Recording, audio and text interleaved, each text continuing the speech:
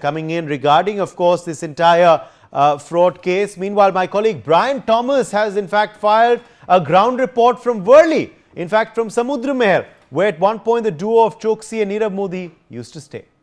Well, NewsX is in Mumbai and we are going to give you information and talk about Mehul Choksi. Yes, you've heard it right.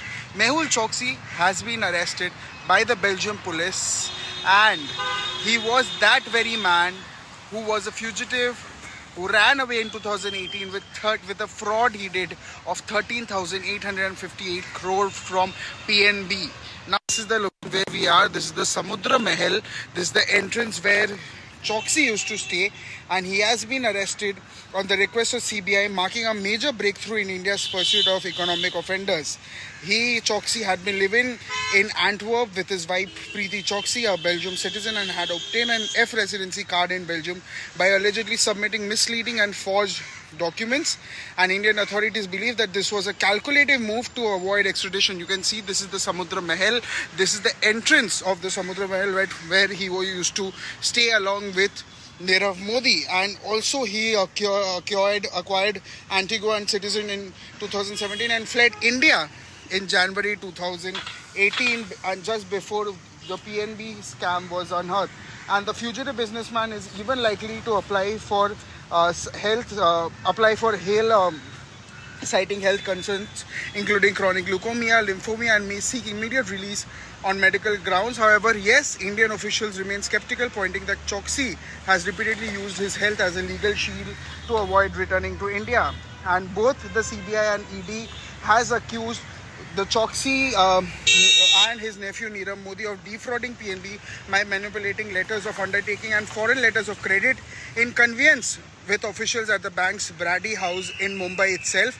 The fraudulent transaction also allowed them to secure unauthorized credit from overseas bank.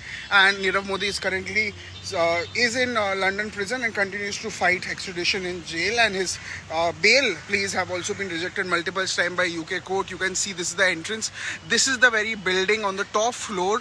The duo of Choksi and Nirav Modi, they used to that we are showing you. These are these exclusive visuals of the house where at one point of time the diamond fugitive who have been successfully arrested in Belgium, and now the efforts are underway to extradite him from Belgium to India as per the extradition treaty that they signed in 2024, and now efforts are being made to get him back to India. Javed Hussain अभी इस वक्त जुड़ चुके हैं हमारे संग live. Javed, ये कई हज़ार करोड़ों का स्कैम है। पीएनबी को ऑफ कोर्स काफ़ी संख्या में पैसे ओ करता है मेहुल चोकसी। आईसीआईसीआई बैंक का भी ये दावा है कि कई हज़ार करोड़ आउटस्टैंडिंग है जो मेहुल चोकसी इवेट करके भाग चुका है। कुछ रिकवरीज तो हो चुके हैं, कोर्ट ने भी कुछ प्रॉपर्टीज़ जब्त किए थे। कहा भी था कि सूरत में भी और मुंबई में भी कई ऑफिसेज जो मेहुल चोकसी से जुड़े हुए हैं उनकी नीलामी हो। तो कितना रिकवरी हो पाया है, कितना बकाया है, और अब मेहुल चोकसी कब तक वापस भारत लौट सकता है? जावेद,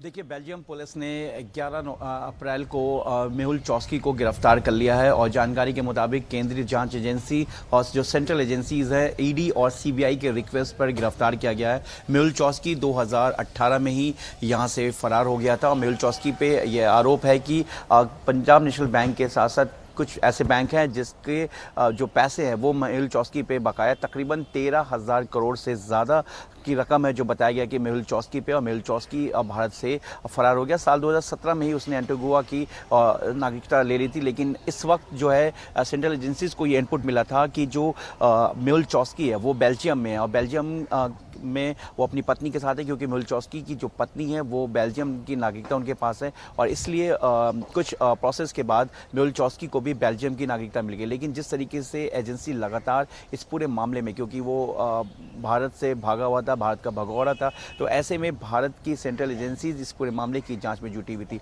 मेहुल चोस्की के बारे में जब इनपुट मिला सेंट्रल एजेंसीज को, तो तुरंत बेल्जियम गवर्नमेंट को और बेल्जियम एडमिनिस्ट्रेशन को इस बारे में जानकारी दी गई। एजेंसी की तरफ से तुरंत इस बारे में इंफॉर्मेशन दी कि उसके बाद ईडी और सीबीआई के रिक्वेस्ट पे ही मेहुल चॉस्की को बेल्जियम पुलिस ने 11 अप्रैल को गिरफ्तार किया।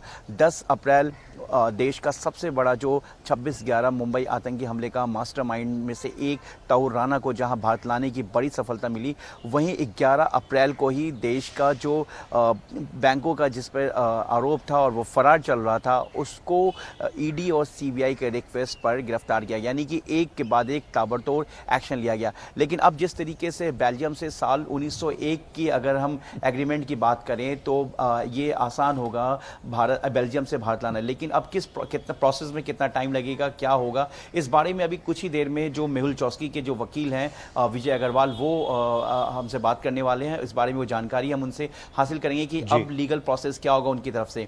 हालांकि हेल्थ इशू बताया जा रहा है और जानकारी के मुताबिक उसकी कस्टडी के लिए अपील की जाएगी कि उसे कस्टडी में ना रखा जाए। चलिए, मैं आपको इजाजत देता हूं जावेद। आप जैसे बता रहे हैं कि विजय अग्रवाल का बड़ा एक्सक्लूसिव इंटरव्यू आप करने वाले हैं कुछ ही क्षणों में, मैं इजाजत देता हूं आपको, आप जा सकते हैं इस इंटरव्यू के लिए और फिर हम आपके पास आएंगे वापस और जानकारी के संग, और ये इंटरव्यू भी हमारे दर्शकों को दिखाएंगे।